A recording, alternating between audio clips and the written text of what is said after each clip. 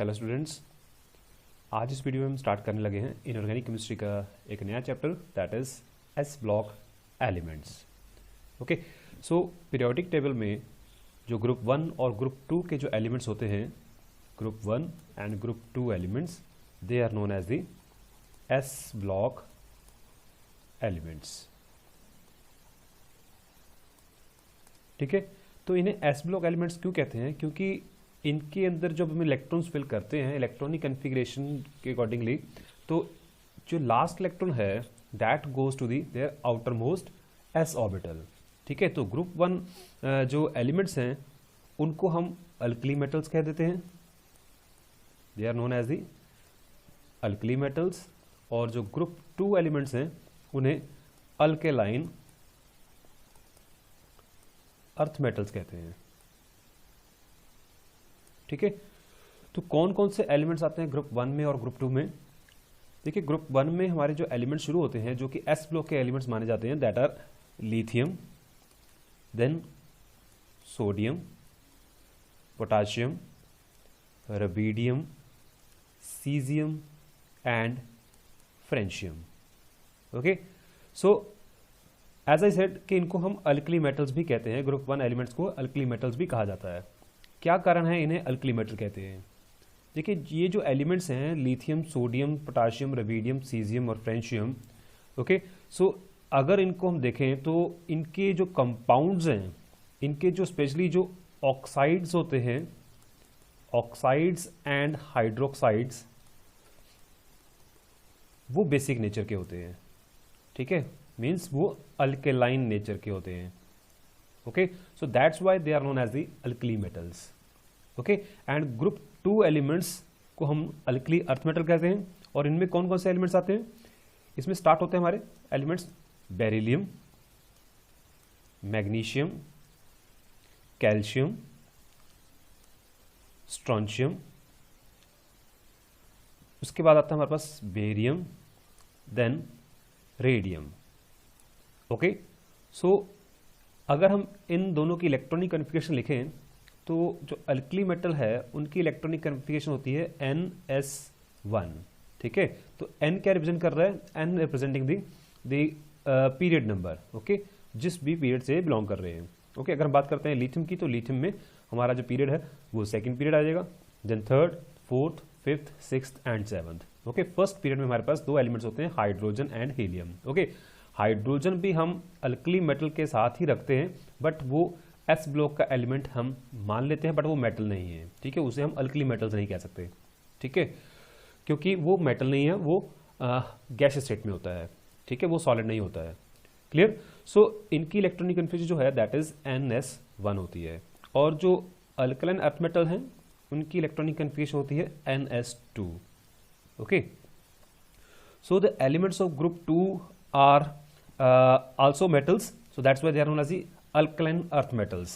ठीक है, अगर हम बात करें इनके ऑक्साइड्स की, तो इनके जो ऑक्साइड्स हैं वो मेटल से पहले ही डिस्कवर हो चुके थे। The oxides of some of the metals of the alkaline earth metals were known much earlier than the metal themselves. ठीक है, so these were called as the alkaline earth metals. क्यों? क्योंकि ये भी जो है अल्कलाइन नेचर के होते हैं and existed on the earth. That's why they are known as the alkaline earth metals. अब बात करते हैं abundance की और इनकी occurrence की। ठीक है, तो जो alkaline earth metals हैं they are widely active of all the metals. ठीक है, हमारे पास कई तरह की metals होती हैं, जैसे कि alkaline metals हो गई, alkali metals हो गई और transition metals होती हैं। ठीक है, उन सब में से you can say the alkali metals and the alkaline earth metals they are violently active. They are violently active metals. Okay, so क्यों? क्योंकि ये बड़ी ही इजीली और बड़ी ही जल्दी जो है ऑक्सीडाइज हो जाती हैं and therefore they are not found in the free state in nature. ठीक है, अगर आप सोडियम मेटल की बात करोगे, सोडियम मेटल को अगर आप सामने लेके आओगे आपने देखने के लिए, तो उसके ऊपर भी उसकी ऑक्साइड की लेयर होती है। एज सच ये फ्री नहीं मिलता है, ये बड़ी इजीली ऑक्सीडाइज हो जाता है, इसकी सरफेस के ऊपर ऑक्साइड की लेयर जो है वो डिपॉजिट हो जाती है। ऐसा ही पोटाशियम में भी होता है, लिथियम में भी होता है, सभी मेटल्स में ऐसा होता है। Okay, so they are not found in the free state in the nature. Okay, so these are found in combined form with the halides, sulfates, carbonates and silicate ions. Okay, so अगर abundance की बात करते हैं तो alkali and alkaline earth metal जो है earth crust में they show very good range. ठीक है, so if you talk about the calcium, so calcium जो एक ऐसा हमारे पास मेटल है, ठीक है, you can say it is the fifth most abundant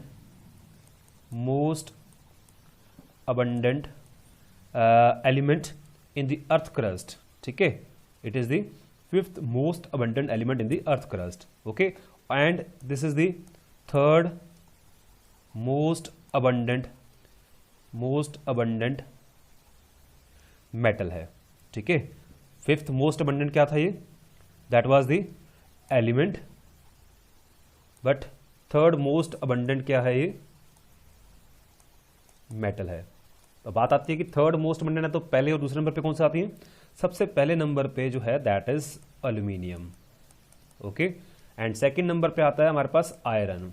ठीक है, ये दो मेटल हैं जो सबसे ज़्यादा हमें अर्थ क्रस्ट में मिलती हैं. उसके बाद नंबर आता है कैल्शियम का. ठीक है, अब अगर बात कर रहे हैं एलिमेंट्स की तो हमारा जो एलिमेंट है ये फिफ्थ नंबर पे आता है, बट अगर मेटल्स में अगर हम इसको रैंकिंग करते हैं तो ये थर्ड नंबर पे आता है.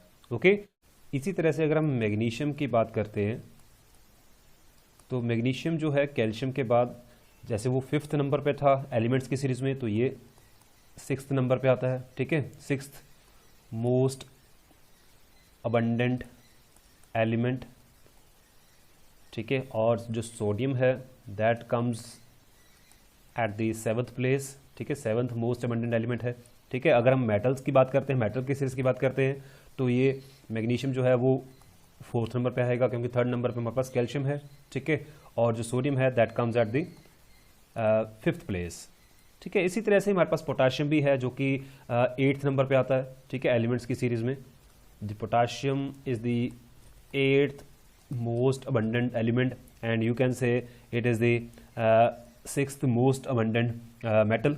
ठीक है, तो ये है इनकी इस तरीके की अबंडेंस भी किस किस सीरीज में ये आते हैं और कि कहाँ कहाँ कैसे कैसे ये फॉर्मेशन करते हैं.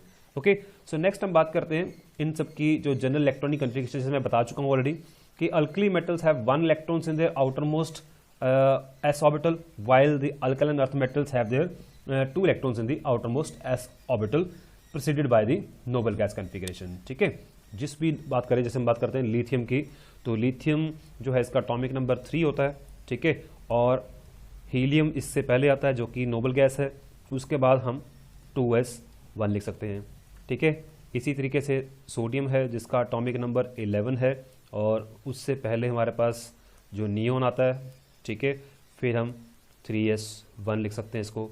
पोटाशियम जो कि 19 है एटॉमिक नंबर, उससे पहले आर्गन आता है 18 पे. ठीक है, उसके बाद 4s1 इसकी इलेक्ट्रॉनिक कन्फिग रहती है. इसी तरीके से रेबिडियम जो कि 37 एटॉमिक नंबर है और 36 पे हमारे पास क्रिप्टॉन होता है. ठीक है, then we can write the 5s1. Next is the caesium which is having the atomic number 55 and its electronic configuration is xenon and 6s1. Okay, next we have the francium that is 87 and its electronic configuration is radon and 7s1.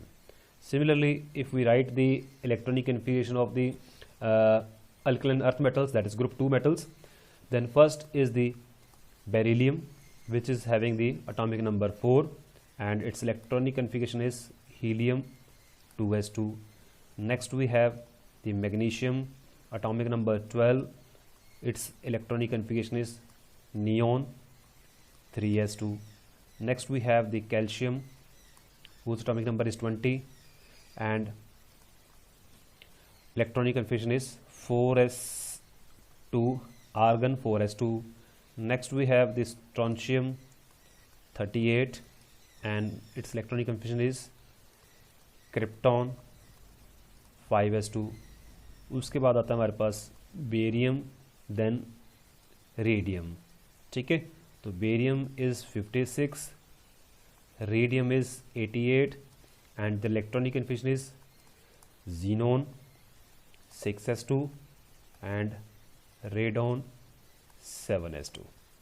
Okay, so ये तो है इनकी electronic configuration, general electronic configuration लिखी जाए तो first group जो है उसकी लिखी जाती है हमारे पास NS1 और सेकेंड ग्रुप के जो एलिमेंट्स हैं उनकी जो general electronic configuration that is written as NS2। ठीक है, इससे पहले हमारे पास क्या आएगा, नोबल मेटल जो भी है उसका हम वहाँ पे सिंबल लिख देंगे। Okay, so next we talk about the comparative study of the general characteristics of group 1 elements. Okay, so comparative study of general characteristics of group 1 elements. ठीक है, तो हम ग्रुप 1 की बात कर रहे हैं तो मीन्स हम सिर्फ और सिर्फ अल्कली मेटल्स की बात करेंगे। ओके, सो देखिए इसमें हम सबसे पहले बात करते हैं इनकी फिजिकल प्रॉपर्टीज की। ठीक है, जब सारी फिजिकल प्रॉपर्टीज हम डिस्कस कर लेंगे उसके बाद हम डिस्कस करेंगे इनकी chemical properties.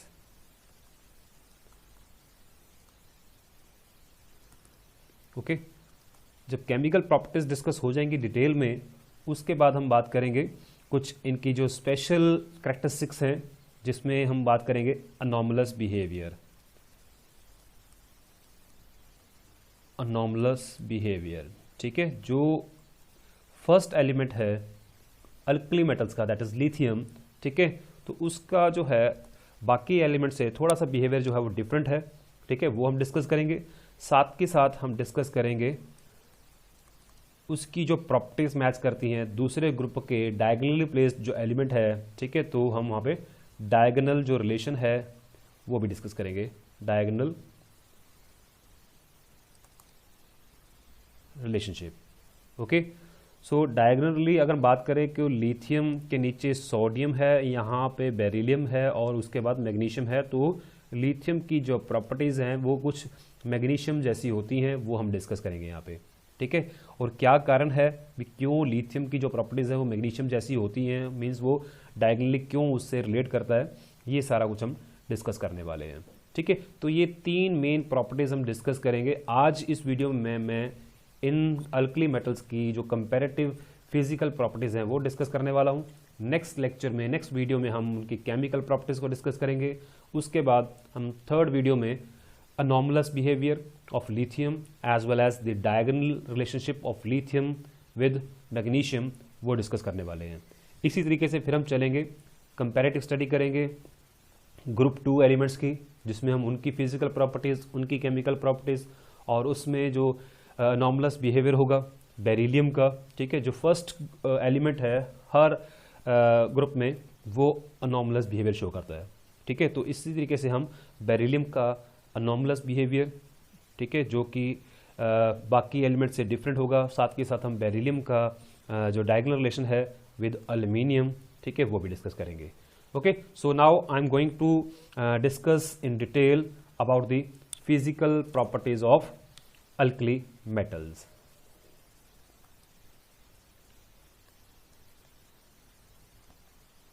Physical properties of alkali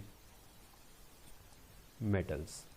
ठीक है, तो कौन कौन सी फिजिकल प्रॉपर्टीज हैं वो हम डिस्कस करने वाले हैं यहाँ पे। सबसे पहले हम बात करते हैं जो सबसे मोस्ट इंपॉर्टेंट जो इनकी प्रॉपर्टी होती है that is atomic and ionic radii. ठीक है, ये प्रॉपर्टी एक ऐसी प्रॉपर्टी है जो बाकी सब प्रॉपर्टीज में भी आगे एक्सप्लेनेशन में हमें हेल्पफुल रहेगी। ठीक है, तो अल्कली मेटल्स की अगर हम बात करते हैं तो alkali metals have the largest atomic and ionic radii.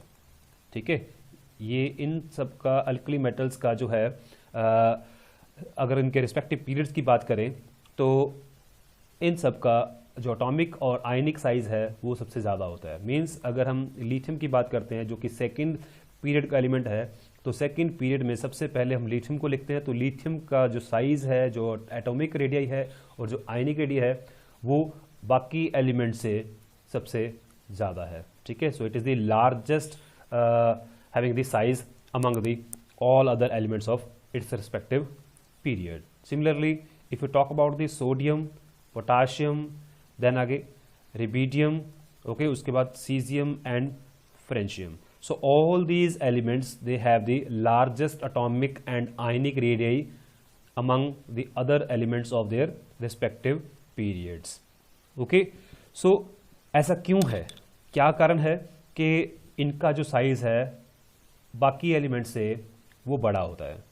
उसका रीज़न ये है कि जो अल्कली मेटल्स हैं वो फर्स्ट एलिमेंट है एक तो, ठीक है, और जैसे ही हम पीरियड में मूव करते हैं, ओके, तो एटॉमिक और जो आयनिक रेडियस है वो डिक्रीज करता है। क्यों डिक्रीज करता है? क्योंकि वहाँ पे जो इफेक्टिव न्यूक्लियर चार्ज है वो इंक्रीज होता है। अब इफेक्टिव न्यूक्लियर चार्ज कैसे इंक्रीज हो रहा है? देखिए, अगर हम लिथियम से मूव करते हैं, आगे बेरिलियम की बात करते हैं, तो बेरिलियम में हमारे पास जो इसकी इलेक्ट्रॉनिक कन्फिग्रेशन हमने लिखी है वो है 1s2 और लिथियम की है 1s1। अब जो शेल है वो तो सेम है, अब नंबर ऑफ इलेक्ट्रॉन्स जो है उस शेल में इंक्रीज हो रहे हैं। अब ये रहा हमारा न्यूक्लियस, ये रहा हमारा फर्स्ट शेल, ठीक है। अब इस न्यूक्लियस में हमारे पास there are 3 protons and we have the 3 electrons. ये तो फर्स्ट शेल हो गया। उसके बाद जो सेकेंड शेल है, ठीक है, सेकेंड पीरियड की बात है तो सेकेंड शेल आएगा, तो हमारे पास 2 इलेक्ट्रॉन्स तो फर्स्ट शेल में है ही हैं, और लिथियम के केस में 1 इलेक्ट्रॉन है जो कि सेकंड शेल में आ रहा है। बट अगर हम बात करते हैं बेरिलियम की, तो बेरिलियम में हमारे पास 2 इलेक्ट्रॉन्स हैं जो कि सेकंड शेल में आ रहे हैं, और सिमिलरली हमारे पास 4 प्रोटॉन्स हैं न्यूक्लियस में। Now earlier we have the 3 protons which were attracting the 3 electrons. Now the 4 protons which are attracting the shell toward themself, ठीक है, क्योंकि ये इलेक्ट्रॉनिक शेल है तो इलेक्ट्रॉनिक चार्ज है, नेगेटिव चार्ज इन शेल्स में, तो पॉजिटिव चार्ज न्यूक्लियस जो है वो अट्रैक्ट कर रहा है। पहले 3 प्रोटॉन्स जो थे वो इन दोनों शेल्स को अपनी तरफ अट्रैक्ट कर रहे थे, ठीक है। अब 4 प्रोटॉन्स जो है वो अट्रैक्ट कर रहे हैं इन शेल्स को जो कि नेगेटिवली चार्ज शेल्स हैं, ठीक है, इलेक्ट्रॉनिक शेल्स हैं, ओके। सो 4 प्रोटॉन्स का जो चार्ज है वो ज्यादा है एज कंपेयर टू 3 प्रोटॉन्स, ठीक है। So 4 positive charge is attracting more as compare to the 3 protons. So in that case the effective nuclear charge, that is known as the effective nuclear charge जो है वो बढ़ रहा है एक shell में, ठीक है। तो उस वजह से क्या होंगे, शेल जो है ज़्यादा अट्रैक्टेड हो जाते हैं न्यूक्लियस की तरफ और इनका साइज जो है कम हो जाता है। यही सेम ट्रेंड जो है अगर हम बेरिलियम से आगे मूव करते हैं बोरोन में, बोरोन से हम मूव करते हैं कार्बन में, तो वहाँ पे शेल तो हमारा सेम ही रहेगा, शेल तो हमारा सेकेंड ही रहेगा, बट नंबर ऑफ प्रोटॉन्स क्या है न्यूक्लियस में वो इंक्रीज हो रहे हैं, न्यूक्लियर चार्ज जो बढ़ रहा है। दैट्स वाई जो एटॉमिक साइज है वो अलोंग द पीरियड वो डिक्रीज करता है। बट जो फर्स्ट एलिमेंट है, क्योंकि ये स्टार्ट यहीं से हो रहे हैं, वहां पे उनका जो साइज है वो बड़ा होगा बाकी सभी एलिमेंट से, ठीक है। ये तो था ट्रेंड हमारा पीरियड्स में। बात करते हैं कि डाउन द ग्रुप, अगर हम अल्कली मेटल्स में लिथियम से सोडियम, सोडियम से पोटाशियम, पोटाशियम से रुबिडियम मूव करते हैं तो साइज में क्या ट्रेंड आता है? तो जैसे ही हम लिथियम से सोडियम, सोडियम से पोटाशियम मूव करते हैं तो एटॉमिक एंड आयनिक रेडियस जो वो इंक्रीज करता है। उसका रीजन ये है कि जो लिथियम है वो सेकंड शेल सेकंड पीरियड का एलिमेंट है, और सोडियम जो है वो थर्ड पीरियड का एलिमेंट है, और पोटाशियम जो है फोर्थ पीरियड का एलिमेंट है। तो इसमें क्या हो रहा है कि सेकंड शेल के बाद हमारे पास एक थर्ड शेल आ रहा है। सोडियम के केस में हमारे पास क्या आएगा, एक नया शेल आ जाएगा। क्यों? क्योंकि सोडियम से पहले हमारे पास नियोन था, नियोन भी हमारे पास जो है सेकंड पीरियड का एलिमेंट है जो कि लास्ट एलिमेंट आता है नोबल गैसेस में, ठीक है। तो वहां तक हमारा सेकंड शेल जो है कंप्लीटली फिल हो जाता है। उसके बाद जब हम नेक्स्ट इलेक्ट्रॉन फिल करते हैं, 11th इलेक्ट्रॉन को फिल करते हैं, तो वहां पे स्पेस नहीं बचती है, तो हमें थर्ड शेल में उसको फिट करना होता है, ठीक है। तो जब थर्ड शेल में इलेक्ट्रॉन जाएगा तो हमारे पास एक नया वहां पे शेल आ जाएगा, ओके। जब नया शेल आएगा तो मीन्स वहां पे साइज जो है इंक्रीज हो जाएगा, ठीक है। So what is atomic size? Atomic size is the distance from the centre of the nucleus to the last orbit, that is known as the atomic radius, okay. So वो atomic radius जो है वो increase होता जाता है। अगर हम potassium की बात करते हैं तो वहां पे फोर्थ शेल आ जाता है, ठीक है। रुबिडियम में फिफ्थ शेल आ जाएगा, तो साइज और बढ़ता जाएगा, okay. That's why the atomic and the ionic radius along the period decrease करता है, डाउन द ग्रुप इंक्रीज करता है, और जो फर्स्ट एलिमेंट्स हैं उनका साइज जो है रिस्पेक्टिव पीरियड में सबसे बड़ा होता है, ठीक है। और डाउन द ग्रुप इनका साइज क्या है वो इंक्रीज कर रहा है। नेक्स्ट जो प्रॉपर्टी है दैट इज आयोनाइजेशन एनर्जी। अब आयोनाइजेशन एनर्जी क्या होती है? द आयोनाइजेशन एनर्जी वो एनर्जी होती है जो हम किसी भी एलिमेंट को प्रोवाइड करते हैं गैसियस स्टेट में to just lose one electron. जो लूजली बॉन्डेड इलेक्ट्रॉन होता है, मीन जो वैलेंस शेल में लास्ट इलेक्ट्रॉन होता है, उसको रिमूव करने के लिए जो हम एनर्जी प्रोवाइड करते हैं that is known as the ionization energy. ठीक है, तो अगर हम बात करें अल्कली मेटल्स की, तो अल्कली मेटल का जो साइज है रिस्पेक्टिव पीरियड्स में वो क्या है? सबसे बड़ा है। ठीक है, और जैसे से हम आगे मूव करते हैं तो साइज का डिक्रीज करता जाता है क्योंकि इफेक्टिव न्यूक्लियर चार्ज बढ़ रहा है, वो हम ऑलरेडी डिस्कस कर चुके हैं। ठीक है, तो अल्कली मेटल्स मीन जो सबसे पहले जो मेटल्स हैं, लिथियम है, सोडियम है, पोटाशियम है, रुबिडियम है, ठीक है, इन सब का साइज जो है बड़ा है। तो न्यूक्लियस से जो शेल में इलेक्ट्रॉन है वो दूर हैं as compare to other elements. ठीक है, तो उस केस में जो हमें एनर्जी देनी होगी वो हमें कम देनी पड़ेगी।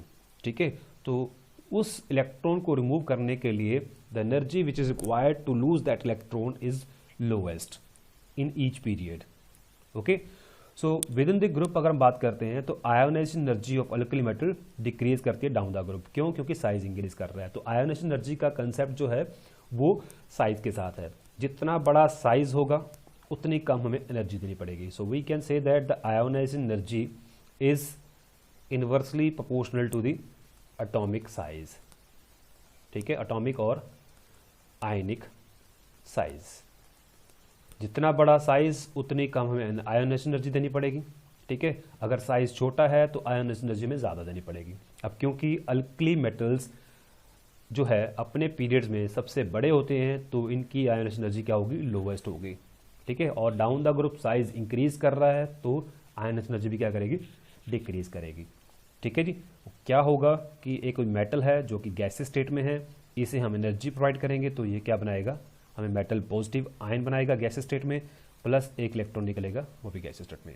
सो इस प्रोसेस को हमने क्या बोला था? The ionization energy is energy which is provided to an atom in the gaseous state just to lose the one electron which is loosely bounded. ठीक है, जो सबसे लूजली बाउंडेड होगा, जो कि वेलेंस इलेक्ट्रॉन होते हैं, लास्ट शेल में जो इलेक्ट्रॉन होते हैं, ठीक है, उनको रिलीज करने के लिए जो हमें एनर्जी प्रोवाइड करनी पड़ती है गैसियस स्टेट में एटम में। ठीक है, तो उसको हम आयोनाइजेशन एनर्जी कहते हैं। ओके, सो वो अल्कली मेटल के केस में क्या होगी? लोएस्ट होगी। और डाउन द ग्रुप जैसे मैंने बताया कि साइज इंक्रीज हो रहा है तो उस केस में जो आयोनाइजेशन एनर्जी है वो भी क्या कर रही है? डिक्रीज कर रही है। ठीक है, अब ये तो थी फर्स्ट आयोनाइजेशन एनर्जी, मीन्स एक इलेक्ट्रॉन को निकालने के लिए एनर्जी।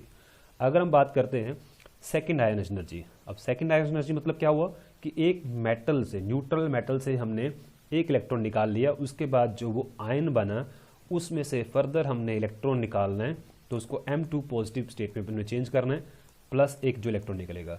अब first ionization energy is lowest, but जो सेकंड आयोनाइजेशन एनर्जी है वो क्या है? बहुत हाई है।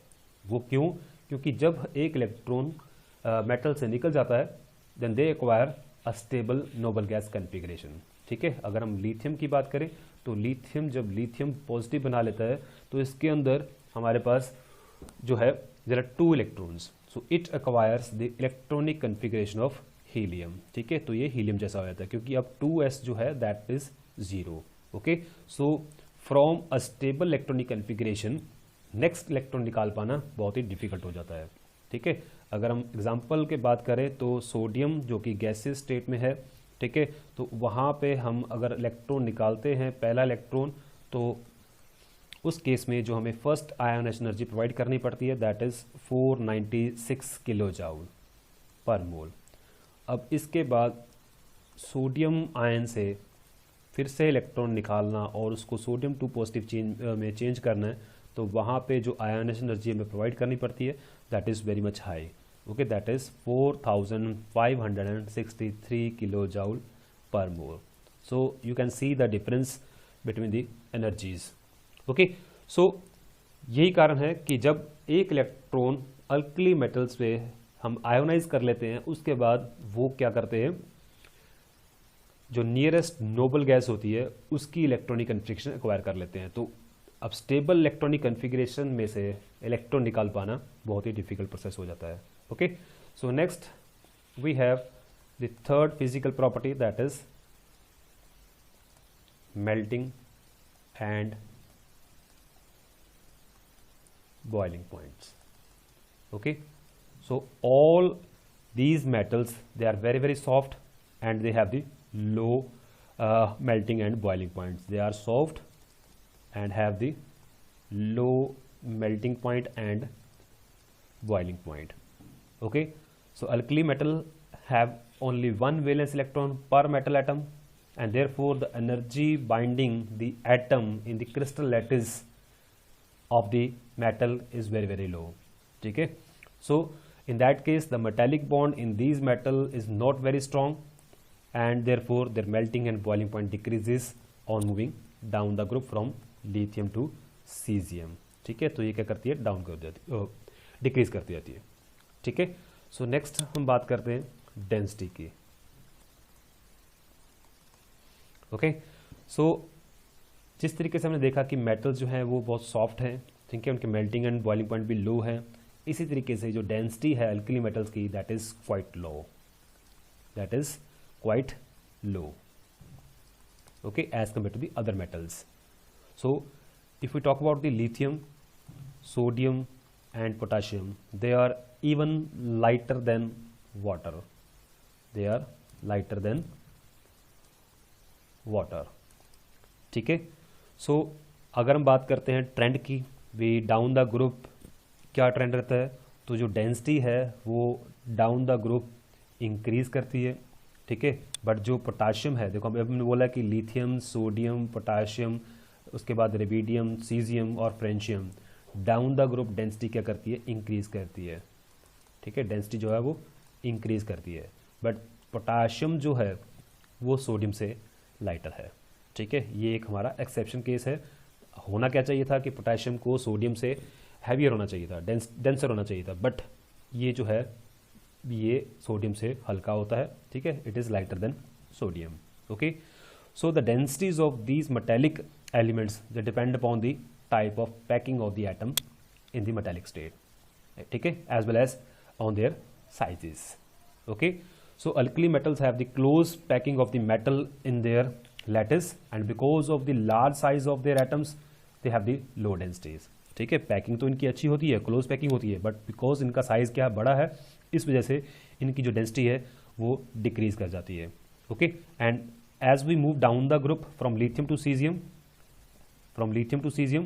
their sizes increases as well as the atomic mass is increases. ठीक है, but increase in atomic mass is more than that which compensate the increase in the atomic size. Okay, so उस case में जो density है that is mass per unit volume, वो क्या है, वो ग्रेजुअली इंक्रीज करती है फ्रॉम लिथियम टू सीजियम. ठीक है, बट पोटाशियम जैसे कि मैंने बताया कि ये लाइटर है as compare to sodium, that is probably due to the larger increase in the atomic size as compare to increase in the atomic mass. ठीक है, जो साइज है वो ज़्यादा इंक्रीज हो जाता है एज कम्पेयर टू जो है उनका मास. ठीक है, so you can note here that it is quite unusual for the metals to have the low densities. क्यों? क्योंकि हमने देखा है कि जो मेटल्स होती हैं वो हैवी होती हैं, बट यहाँ पे जो ट्रेंड है वो क्या है, डिफरेंट है, दे हैव द लो डेंसिटीज. अगर हम ट्रांजिशन मेटल्स की बात करें तो उनकी जो डेंसिटी है that is more than that of the 5 gram per centimeter cube. ठीक है, for example if you talk about the iron, तो आयरन की जो डेंसिटी होती है that is 7.9 gram per centimeter cube. Okay, whereas if you talk about the mercury has a density around 13.6 gram per centimeter cube. Okay, so metals generally क्या होती हैं, denser होती हैं, but alkali metals because of their size and their packing, their masses, they are lighter than the transition metals. Even the few metals that is sodium, potassium and lithium, they are lighter than the water. Okay, next property we have the electropositive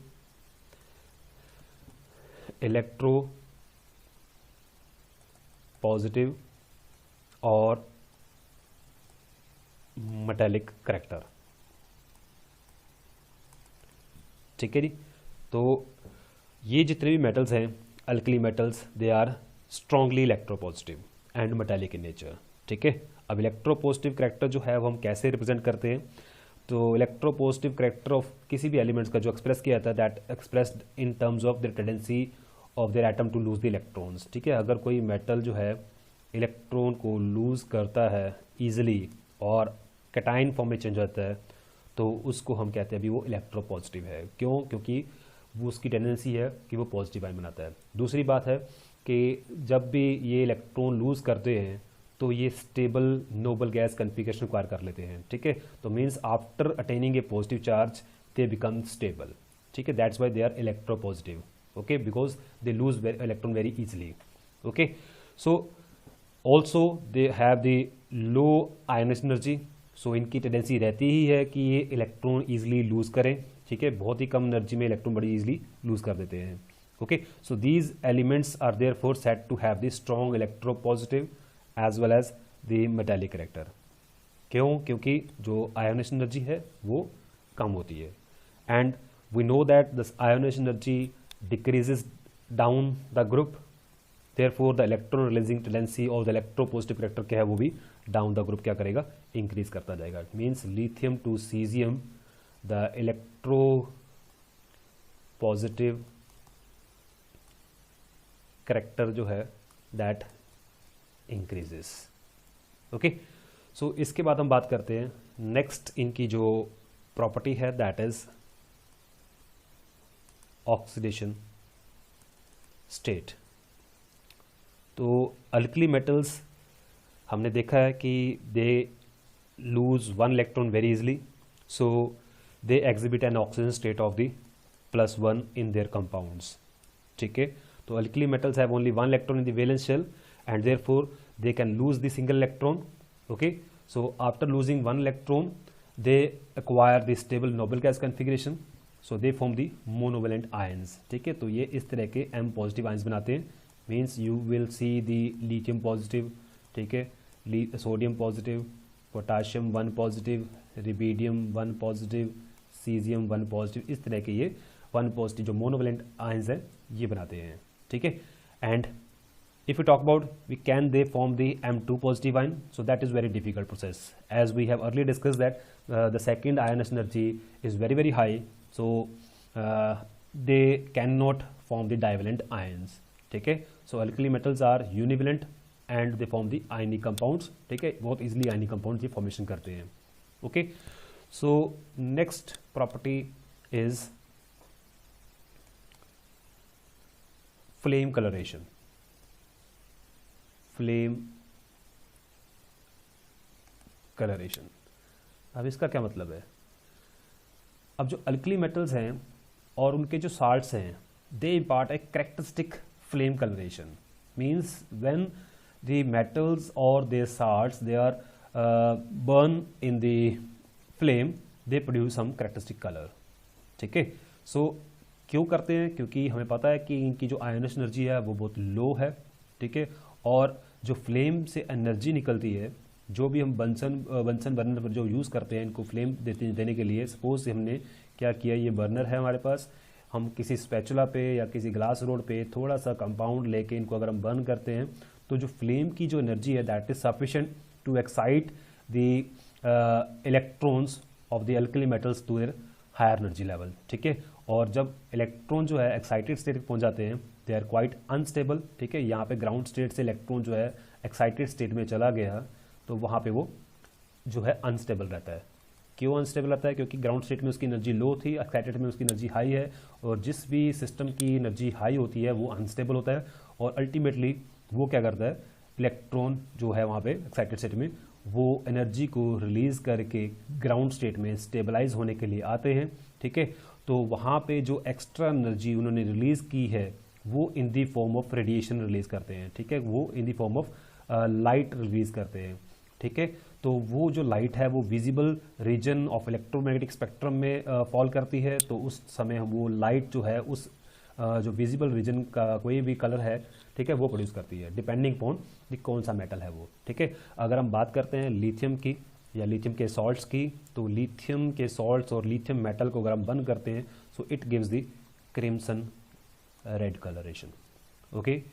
If we talk about the sodium, it produces a very bright golden yellow color, and the potassium, it produces the pale violet color. Okay, and rubidium, it produces the red violet color, and cesium, it gives the bluish color. ठीक है, सो ये इस तरीके के colour produce करते हैं. Clear? So the different colors of the alkali metals, they can be explained on the basis of the amount of energy absorbed for the excitation of the valence electron. ठीक है, जितना ज़्यादा वो energy absorb करेंगे उतनी high वो excitation state में जाएंगे, और जब वापस आएंगे तो उतनी अमाउंट ही एनर्जी की वो रिलीज करेंगे. So caesium, it gives the bluish colour. ठीक है, जो कि अगर हम बात करते हैं विबग्योर, तो विबग्योर में जो वायलेट कलर जो सबसे पहले हमारा पास आता है, that is produced by the caesium. उसके बाद हम बात करते हैं वायलेट की, जो इंडिगो और ब्लू के मिक्सचर में आता है, वो रुबिडियम में आ जाता है. ठीक है, पोटाशियम में इसी रेंज में आ जाता है हमारे पास. ओके, सो ये जो है बाकी हमारे पास येलो, रेड और ये लिथियम और सोडियम प्रोड्यूस करते हैं. ओके, सो इस तरीके से हमारे पास ये डिफरेंट मेटल जो है डिफरेंट कलर प्रोड्यूस करते हैं. नेक्स्ट जो इनकी इंपॉर्टेंट प्रॉपर्टी है, that is the photo electric effect. Photo electric effect. Okay, अब फोटो इलेक्ट्रिक इफेक्ट क्या होता है? सपोज ये हमारे पास कोई मेटल की सरफेस है, इसके ऊपर हमने क्या किया है, कोई रेडिएशन फॉल की है. ठीक है, सपोज कोई सनलाइट या फिर कोई यूवी रेडिएशन फॉल कर रही है. ठीक है, अगर वो रेडिएशन मेटल की सरफेस से एक इलेक्ट्रॉन को वहाँ से निकाल दे, ठीक है, that is known as the photo electric effect. ठीक है, अब वो इलेक्ट्रॉन निकलेगा कब? जब ये जो रेडिएशन हमारे पास वहाँ फॉल कर रही है उसमें इतनी एफिशिएंट एनर्जी है कि वो उस इलेक्ट्रॉन की आयोनाइजेशन एनर्जी को कंपनसेट कर दे. ठीक है, तो इलेक्ट्रॉन वहाँ से इजेक्ट हो जाएगा. अगर इस रेडिएशन की एनर्जी उसकी आयोनाइजेशन एनर्जी से कम है तो वहाँ से वो इलेक्ट्रॉन नहीं निकलेगा. So this ejection of electron from the surface of metal by some radiation is known as the photo electric effect. नाम से पता लग रहा है फोटो इलेक्ट्रिक इफेक्ट. ठीक है, photo means light, electric means electron का निकलना होगा. Okay, so the alkali metal readily emit the electrons when the radiation strikes on their surfaces. ठीक है, so this phenomena of ejection of electron when the electromagnetic radiation strike on the surface of metal is called as the photoelectric effect. ठीक है, अब क्यों जो alkali metals हैं easily जो है इलेक्ट्रॉन को इजेक्ट करते हैं? Just because of their ionization energy. Okay, they have the low ionization energy, therefore the electrons of the alkali metals can be easily ejected from their surfaces. ठीक है, अगर हम बात करें दी कौन सी alkali metal में जो सबसे easily इलेक्ट्रॉन निकलेगा, now you can compare the ionization energy. हमें पता है कि जो ionization energy है that is inversely proportional to their atomic sizes, और लिथियम से सीजियम तक हमने देखा है कि साइज जो है वो इंक्रीज करता है. तो मींस साइज इंक्रीज कर रहा है तो आयनाइजेशन एनर्जी क्या डिक्रीज कर रही है, तो इसकी आयनाइजेशन एनर्जी जो है वो ज़्यादा होगी as compare to ionization energy of caesium. ठीक है, तो सीजियम की आयनाइजेशन एनर्जी क्या होगी among the group, that is the lowest. Okay, so because of the lowest ionization energy of the caesium, so it can easily show the photoelectric effect to a maximum extent. ठीक है, therefore the alkali metal, especially the cesium, they are used as photoelectric material in the photoelectric cells. ठीक है, which are sensitive to the blue light. ठीक है, हमने देखा था ये bluish light produce करते हैं, so this produce the bluish light. Okay, next we have the compound formation, or you can say the nature of compound. If we talk about the nature of their compounds, alkali metal compounds, so the compounds of alkali metals are ionic, as we have earlier discussed. They form the ionic compound. Okay, so they are ionic in nature. ठीक है, क्यों? Because of the low ionization energy. ठीक है, their ionization energy is low, their size is large. ठीक है, because of the large size and the low ionization energy, the atoms of alkali metals, they form cations. They form cations very easily. ठीक है, very easily they form the cation. Okay, so by losing one electron, the alkali metals, when we provide the ionization energy, they easily form the one positive cation. Okay, so when they form the M positive, means cation they are formed, they easily react with the some negative charge species, so they form the ionic compound just like this, M positive X negative. Okay, so they form the ionic bond when the non-metals of p block, when they react with them. Okay, so this is the nature of their compounds, they form the ionic compounds. Next we have the last physical property, that is their lattice energy. Lattice energy. So what is lattice energy? Lattice energy क्या होती है कि जो alkali metals के ionic compound हैं जो कि solid nature में होते हैं, ठीक है, उसको हम एनर्जी प्रोवाइड करें, कोई एनर्जी प्रोवाइड करने पे वो डिसोसिएट हो जाएं और गैसियस स्टेट में कन्वर्ट हो जाएं, ठीक है, तो वो जो एनर्जी हम प्रोवाइड करते हैं, so that energy is known as the lattice energy. Okay, so lattice energy is the energy required to break the 1 mole of lattice into their constituent ion in the gaseous state. Okay, so alkali metal salts, they consist as the cations and the anions, which are held up by strong electrostatic forces. Electrostatic forces जिनको हम ionic forces या ionic bond भी कह देते हैं हम, ठीक है, ionic bond. ओके, सो उनके अंदर क्या होती है, बहुत strong electrostatic forces of attraction होती हैं. So therefore the lattice energy of alkali metal salts are very high. क्यों? क्योंकि ये बॉन्ड इतनी ज़्यादा स्ट्रॉन्ग है, तो इसको ब्रेक करने के लिए जो हमें एनर्जी प्रोवाइड करनी है, जिसको हम लैटिस एनर्जी कहते हैं, वो हमें ज़्यादा अमाउंट की जरूरत पड़ेगी. ठीक है, सो जैसे कि मैंने डिफाइन किया था कि लैटिस एनर्जी क्या है, it is the amount of energy required to break 1 mole of a crystal lattice into the free ions. ठीक है, so therefore the lattice energy give a measure of the force of attraction between the ions. ठीक है, जितनी ज़्यादा lattice energy में चाहिए होगी, means उतनी ज़्यादा उसके अंदर क्या है, फोर्स ऑफ अट्रैक्शन है. The larger the force of attraction between the ions, greater will be lattice energy. Okay, and lattice energy also depend upon the size of the ion and it's charge. ठीक है, for cation of same charge, the lattice energy of the ionic solids have the same anion decreases with increase of the size. For example, अगर बात करें lithium chloride, sodium chloride, potassium chloride, rubidium chloride and cesium chloride. ठीक है, तो इनकी जो lattice energy है, अब क्योंकि इसमें कैटाइन का साइज क्या है, छोटा है, आगे साइज क्या बढ़ रहा है, तो जितना साइज बढ़ता जाएगा तो उसमें जो है जो लैटिस एनर्जी है वो कम होती जाती है. क्यों? क्योंकि जो फोर्स ऑफ अट्रैक्शन है बिटवीन दी आयंस वो डिक्रीज होती जाती है. अब एक छोटा आयन है लिथियम, अब क्लोराइड का साइज जो है फिक्स है. ठीक है, इनके अंदर फोर्स ऑफ अट्रैक्शन क्या होगी, ज़्यादा होगी. अब सोडियम का साइज जो है बड़ा हो गया, ठीक है, क्लोराइड का साइज तो उतना ही रहा, तो इसमें एनर्जी क्या हो जाएगी, डिक्रीज कर जाएगी. अब पोटाशियम की बात करते हैं, पोटाशियम का साइज और बड़ा हो जाएगा, बट क्लोराइड का साइज क्या है, उतना का उतना ही रहेगा. इसी तरीके से हम बात करते हैं रुबिडियम का साइज़ और बड़ा है, ठीक है, बट क्लोराइड का साइज़ छोटा है. ठीक है, उसके बाद आती है सीजियम, तो सीजियम तो सबसे बड़ा है, तो उसका साइज़ और बड़ा हो गया, तो क्लोराइड का साइज़ तो उतना ही रहना है. तो क्या होता है कि जो न्यूक्लियस से न्यूक्लियस तक की जो इंट्रैक्शंस हैं, ठीक है, वो क्या हो जाती हैं, वीक हो जाती हैं. अब इसमें पॉजिटिव आयन है, इसमें नेगेटिव आयन है, तो वो जो इंट्रैक्शंस हैं वो वीक होती जाती हैं, क्योंकि जो ये क्लाउड है, इलेक्ट्रॉन क्लाउड है, और ये जो पॉजिटिव चार्ज क्लाउड है वो एक दूसरे से दूर हो जाएंगे because of increase of the size. ठीक है, तो उस वजह से क्या होता है कि ये एक दूसरे को स्ट्रांगली वहाँ पे अट्रैक्ट नहीं कर पाते हैं. तो ये सॉलिड स्टेट में एक दूसरे से थोड़े थोड़े दूर रहते हैं, डिस्टेंस में ज़्यादा रहता है, तो इसलिए हमें कम एनर्जी प्रोवाइड करके हम इनकी जो बॉन्ड है, इलेक्ट्रोस्टैटिक फोर्स ऑफ अट्रैक्शन है, उनको हम इजिली ओवरकम कर सकते हैं. Okay, so for the cation of the same charge, the lattice energy of the ionic solids which are having the same anion that decreases with the increase of the size of the cation.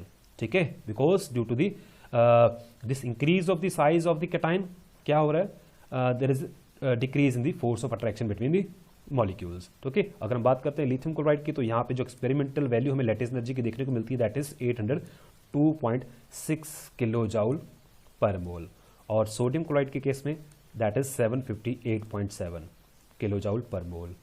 Potassium chloride में 681.4, rubidium chloride में 660.6 and caesium chloride में that is 618.7 kilo joule per मोल।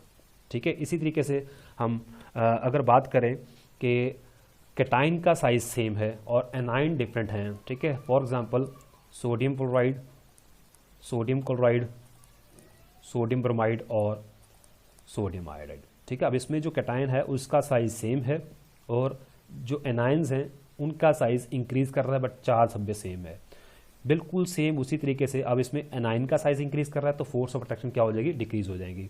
तो इस case में sodium fluoride में जो lattice energy required रहती है that is 894.5 kilo joules, and in the case of sodium chloride it is 758.7, in case of sodium bromide it is 714.8, and in case of sodium iodide it is 768.8 kilo joule per mole. ठीक है, तो ये चीज़ें हैं जो कि इनकी lattice energy को अफेक्ट करती हैं। So students, this is all about the today's lecture. So next lecture में बात करेंगे इनकी केमिकल प्रॉपर्टीज के ऊपर। So have a nice day, thank you.